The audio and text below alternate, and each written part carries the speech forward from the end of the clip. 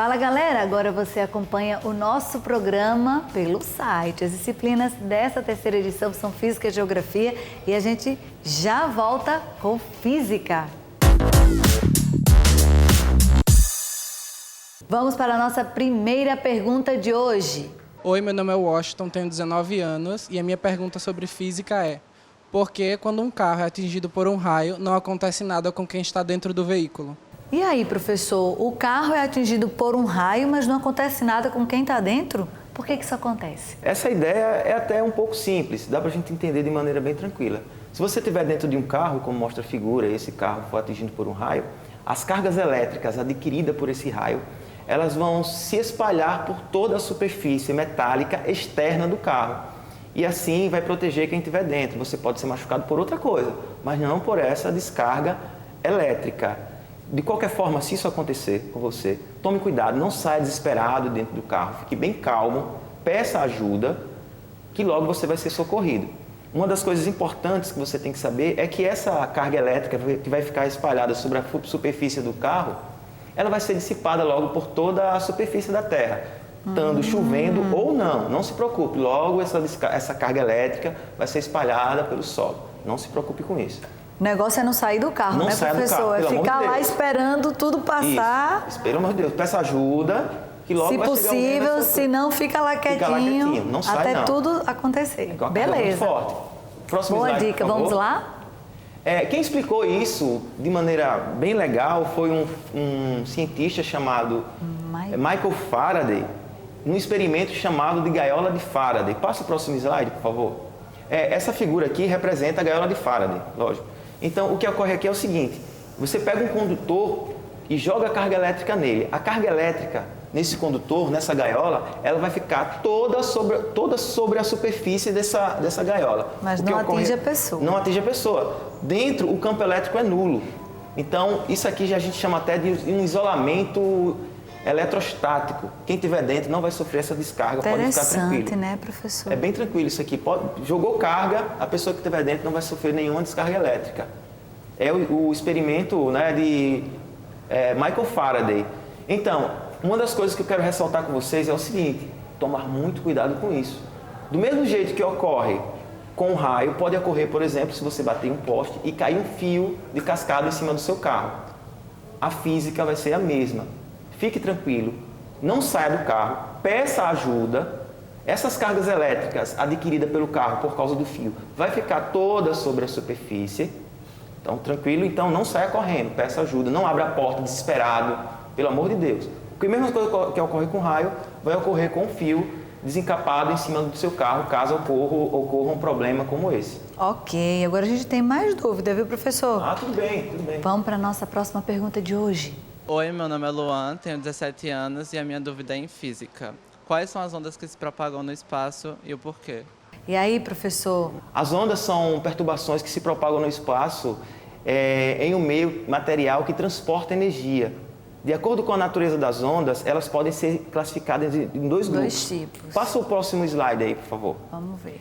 As ondas, elas podem ser ondas mecânicas, as quais precisam de um meio material para se propagar. Eu coloquei aqui uma figura, né, que representa. Essas ondas mecânicas são, por exemplo, ondas de marés, ondas de cordas de violão, por exemplo, ondas sonoras. Essas são ondas mecânicas. Esse tipo de onda, eles precisam de um meio para se propagar. Tem outro tipo de onda também, que eu queria que você passasse o próximo slide, que são as ondas eletromagnéticas. Essas ondas são resultado das combinações de campos elétricos com campos magnéticos. Essas ondas são as ondas que você perguntou, as ondas que conseguem se propagar no espaço vazio. Elas conseguem se propagar no vácuo. Exemplo dela é, por exemplo, a luz. Você pode entender de maneira clara que a luz do Sol, ela passa por um espaço vazio muito grande, saindo da superfície do Sol e chegando na superfície da Terra. A luz é uma onda eletromagnética e as ondas eletromagnéticas, elas se propagam nesse espaço vazio. Outro exemplo são as ondas de rádio.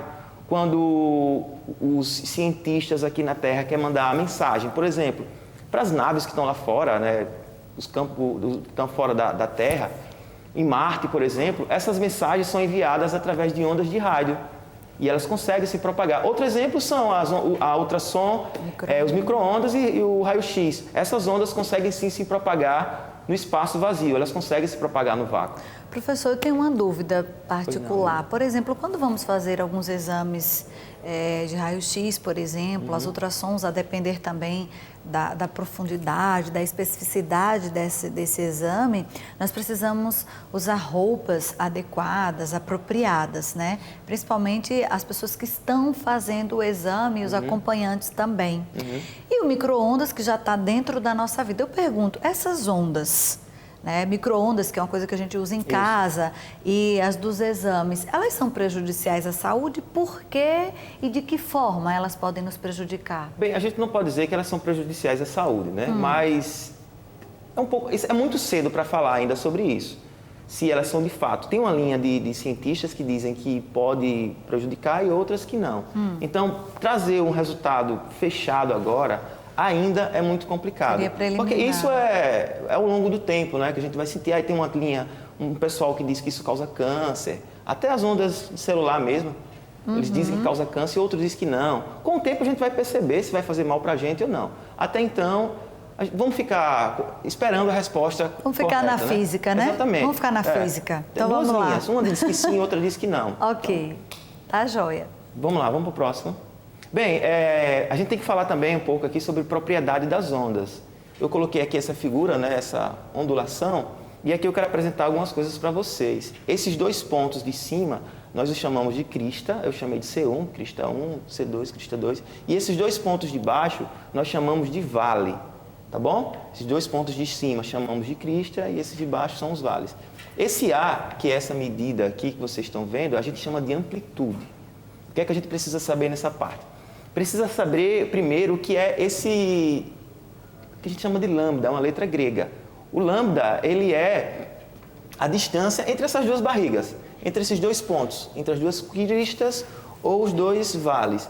No vácuo, o lambda, ele é medido como lambda igual a C sobre F. Esse C, esse lambda é o comprimento de onda, o C é a velocidade da luz, que no vácuo, ele tem esse valor de 300 milhões de metros por segundo. O lambda, ele é medido como C sobre F e esse F é uma frequência.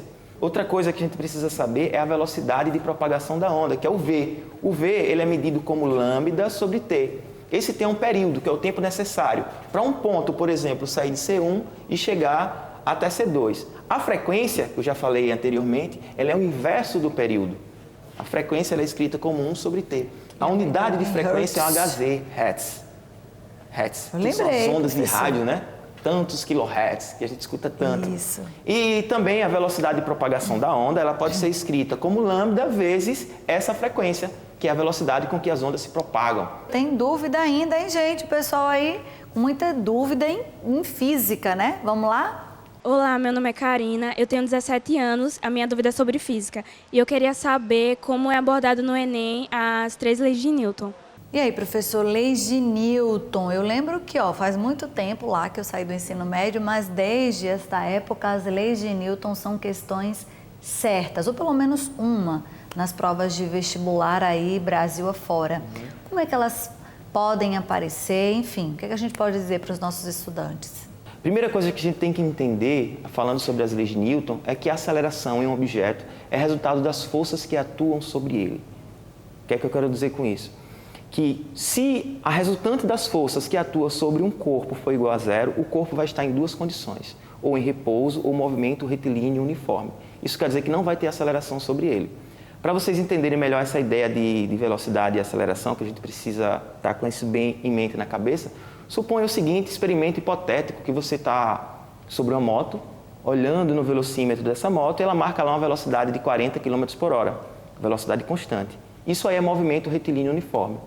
Se você aciona o acelerador, o que é que a aceleração vai fazer? Vai mudar a velocidade da sua moto e o velocímetro lá vai aumentar. Então, o que é aceleração? Aceleração para a gente vai entender como sendo a variação da velocidade com o tempo. A aceleração vai ser a variação da velocidade com o tempo. Então, se em um corpo a resultante das forças for igual a zero, não tem aceleração atuando sobre ele. Tá bom? Agora, se essa força, a resultante, for diferente de zero, esse corpo vai ter uma aceleração, beleza? A gente tem que entender as 3 leis de Newton. A primeira dela é a lei da inércia, que ela diz o seguinte, que todo corpo que estiver em repouso ou movimento retilíneo uniforme vai permanecer em seu estado de movimento, a não ser que uma força externa atue sobre ele. Se o corpo estiver em repouso ou movimento retilíneo uniforme, ele vai permanecer nessa condição, a não ser que uma força externa atue sobre ele. Vamos entender um pouco mais essa condição de inércia. Imagine comigo, como a inércia analisando só um repouso. Qual é mais difícil? Você colocar em movimento um elefante parado ou uma formiga? Obviamente vai ser o elefante. Empurrar um elefante e colocá-lo em movimento é muito mais complicado do que empurrar uma formiga e colocá-la em movimento. Então, a inércia do elefante é muito maior do que a inércia da formiga. Então, existe uma ligação entre massa e inércia. Então, essa ideia que a gente tem que entender é muito importante. Passa o próximo slide, por favor. Então, o próximo slide vai falar da segunda lei de Newton. A segunda lei de Newton, ela diz que força resultante é igual a massa vezes a aceleração de um corpo.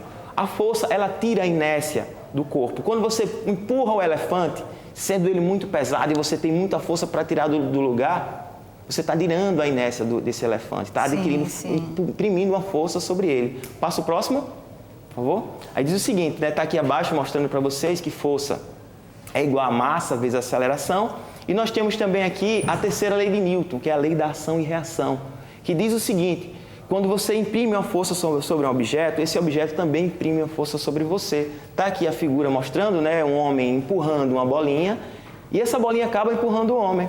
Quando você exerce uma força, por exemplo, na parede, a parede acaba exercendo uma força sobre você. Só que em determinadas condições. Essas forças, elas são iguais em módulo, em intensidade, mas têm sentidos contrários. Veja a figura de novo do rapazinho empurrando. Ele empurra para frente e ao mesmo tempo ele vai para trás. Ok. Essa é a terceira lei de Newton. Professor, obrigada mais uma vez pela sua participação, por todos os esclarecimentos. Boa sorte e seja bem-vindo sempre. Obrigado. Pois é, gente, o nosso sinal tocou, mas não saia daí não, porque daqui a pouquinho a gente volta com Geografia. O professor Breno já está chegando por aqui. Saindo da física, a gente vai para a geografia, porque o nosso professor aqui trouxe mais um tema envolvendo a questão dos problemas ambientais. Agora é hora de tirar as dúvidas sobre chuva ácida, que envolvem os óxidos. É isso mesmo, professor? Explica para a gente. Isso, os óxidos.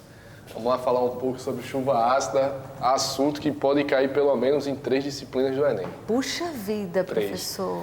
Com abordagens diferentes direcionadas para cada disciplina, né? Pode cair a abordagem da química, da geografia e a abordagem da biologia, tá? Cada uma desses segmentos direcionando para onde ele tem mais interesse. Até porque o Enem, ele prima muito pela interdisciplinariedade. Tem que falar bem devagarzinho para a gente não se enganchar. Mas é por aí o caminho, né, professor?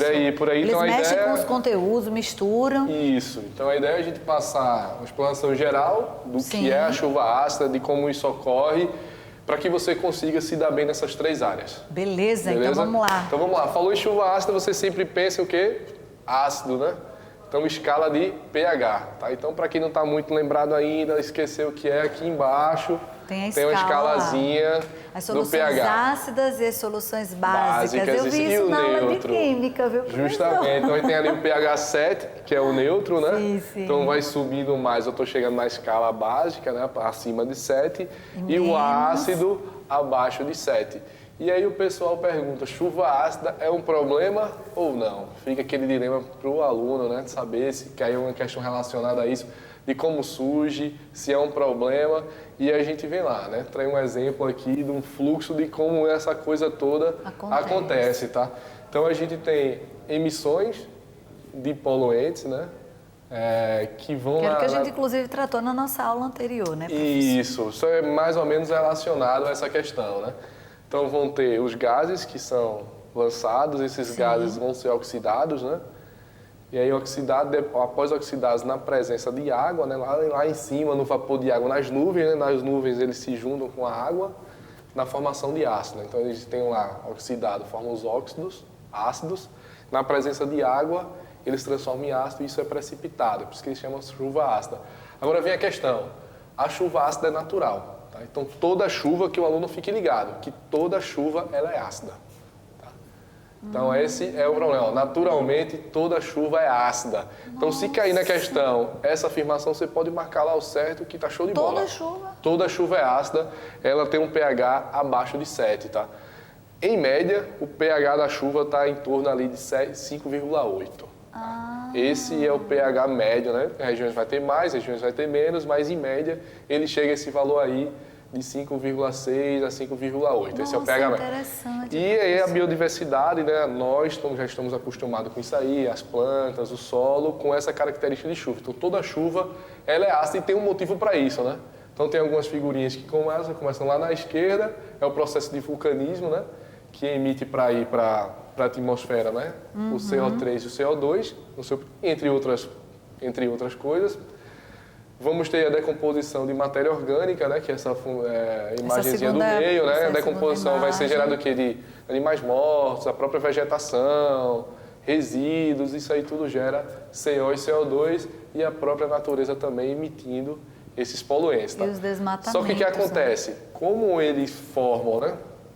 O processo de vulcanismo é muito localizado, né? Nem sempre acontece, são regiões específicas. O que acontece? Trazendo para a esfera global, nós temos o quê? As duas segundas imagens, que é a questão relacionada à decomposição e a questão propriamente dita da natureza em si, né? Então, essa natureza, ele gera para a gente um ácido fraco, né? Que é essa reação lá, o CO2 reagindo com água, ele tem aí o H2CO3, né? Que ele forma um ácido fraco com pH aí na forma na base de 5,8 em média, que é o que origina essa chuva com esse pH natural. Tá? A partir de 5,5, né, de 5,5 para baixo, é que ocorrem os problemas. Entendi. Certo? Então, ocorrendo esse problema, e geralmente a pessoa, mas a gente se queima com a chuva ácida? Não, né? Era isso que eu ia perguntar. A gente não se queima. Mas a partir de 5,5 em diante, né, para baixo, descendo na escala, porque nós começamos a ter problemas se a gente ambientais. lembrar daquela escalinha, a tendência é ir para o pH neutro e para a parte básica. Menos que isso, a coisa fica mais complicada, né? Mais complicada. Isso, começa a ter problemas ambientais que a gente vai chegar já nessa questão. Certo. Beleza? E aí na atividade vulcânica tem mais um exemplo, né, de geração, pode ir passando. E aí a gente vem para o outro motivo, tá? A gente tem um agravamento dessa questão da chuva ácida. Veja bem, ela é natural, pelos processos que a gente comentou agora anteriormente. E aí nós, novamente, potencializamos esse efeito natural, né? Damos um gásinho a mais aí para a natureza se manifestar. Pioramos as coisas, né, professor? Isso, mas tem forma de consertar. Que bom. Tem um problema, então a gente tem que entender, sempre nem cobra isso, né? A causa do problema, então foca bem, né? Primeiro motivo é o natural, tá? Sim. Toda chuva ela é ácida. E aí a gente vai entrar agora em duas questões que são os agravantes, tá? Primeiro é uma poluição, tá? Relacionado principalmente com a queima de combustível fóssil, tá? Que dá a liberação de enxofre, tá? E o pior deles, pode passar mais uma vez? O pior deles é o carvão mineral. Por quê? Porque ele tem mais enxofre. Tá? Certo. Então, na queima dele é emitido mais enxofre e aí eu estou contribuindo mais com essa chuva, né? Vê lá, né? Então, vou ter sempre gerando SO2, SO3, aí ele começa... Sempre o enxofre está ali. O enxofre, ele vai presente. sendo, vamos dizer assim, ele sobe, né, para a atmosfera e já vai reagindo com oxigênio. Quando reage com oxigênio, que é a primeira etapa, ele está gerando para a gente aí o SO2. O SO2 ele reage de novo com oxigênio, no caso ele oxida de novo, vira o SO3, e quando ele chega lá nas nuvens, que vai encontrar as gotículas de água, né, o vapor de água, ele vai estar aí... O SO4. Isso, o H2SO4, que é o ácido sulfúrico. Ô, professor, quando a gente fala assim de um pH menor que 5,8, né? A gente pensa, por exemplo, pode destruir as estruturas quando elas caem com esse pH aí reduzido? Isso, vamos lá, temos as consequências. Muito bem, tá? Então, abaixo de 5,5, tá? Então, abaixo de 5,5 é que se começam a se ter os problemas, beleza? Então, a gente vai ter o primeiro, né? Tem lá a redução do pH de rios, lagos e solos, tá? Então, mais como o pessoal visualizar, talvez, o aluno visualizar, seja trazendo para a questão da agricultura, né? O pessoal faz correção de solo na agricultura, com exceção de calcário, né? Chamam de calagem. Tá? Eles pegam a cal, né? Ou o próprio calcário. Tem gente que coloca, a minha avó mesmo fazia isso, no jardinzinho dela de casa, ela colocava casca de ovo, porque é um calcário, certo? É então verdade, tem razão, meu avô fazia isso também. É para inibir o ácido que tem naquele solo, tá? Então eu deixo inativo para não ter problema. Traz beleza? equilíbrio. Trazer o equilíbrio, justamente, a palavra correta, tá? No rio eu não tenho tanto esse problema porque o movimento tem o fluxo, tá? Então essa chuva ácida, ela precipita no rio, mas como eu estou tendo um fluxo, eu não tenho esse acúmulo. O meu problema maior, o meu dano maior é quando eu estou trabalhando com área mais parada, tá? Que é a questão de lagos, tá? Então, quanto menor o problema, mais intensificado, tá? Por quê? Eu começo com o pH vai baixando, os organismos menos resistentes começam a morrer primeiro, né? Então, vou ter ali as fictoplantas começam a morrer primeiro, depois vai abaixando o pH, os peixes menos resistentes, os menores, depois uma hora até você ter uma destruição completa. Então, ou seja, a primeira questão tem perda da biodiversidade, isso cai muito no Enem. Qual é a causa relacionada? Então, tem perda da biodiversidade, tanto terrestre como aquática. Beleza? Que o aluno fique atento nessa questão. A perda da biodiversidade, ela sempre ocorre na terra e na água. Certo. Marca lá as duas opções de ocorrer para não ter erro, tá? Certo. Esse é o lance da questão, é a perda da biodiversidade, né? Ele pode tratar como perda da biodiversidade ou como impacto em rio, lago, solo, então tudo isso está relacionado com biodiversidade. Esse é o lance da questão, é também saber relacionar essas questões, né? A biodiversidade com as questões mais específicas, beleza? Ok. O próximo tem um problema de metais também. Não volta para o slide anterior, por favor. Anterior ainda. Deixa lá no interior.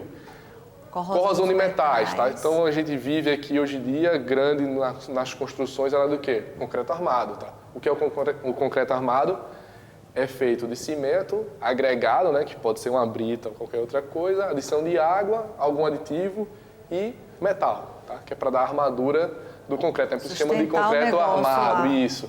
Por isso que se chama de concreto armado. Então, e é um ferro, tá? Então, se em contato com essa chuva, né? Num pH mais baixo, começa a ter corrosão desse material. Um outro problema que tem é degradação do mármore. E eu posso linkar tanto a corrosão de metal como degradação do mármore, como a questão de degradação de monumentos históricos. Tá? Isso acontece largamente, né? As estruturas começam a perder, quando é de mármore começa a soltar um vaporzinho, como se estivesse dissolvendo. Tá? Tem um problema também lá em Congonhas, trazendo aqui para a região do Brasil, né? Eles têm lá umas estruturas de pedra-sabão e a chuva ácida lá da região começa a ter também. Um outro problema que não tem aqui, o que é que acontece? A chuva ácida, quando ela precipita, né? Quando essa chuva de fato cai numa região, por exemplo, de mata, eu começo a ter também a perda, né, da vegetação. Essa vegetação tende a morrer. Não suporta, né, professor? Isso. E o que é que a gente vai ter um agravante?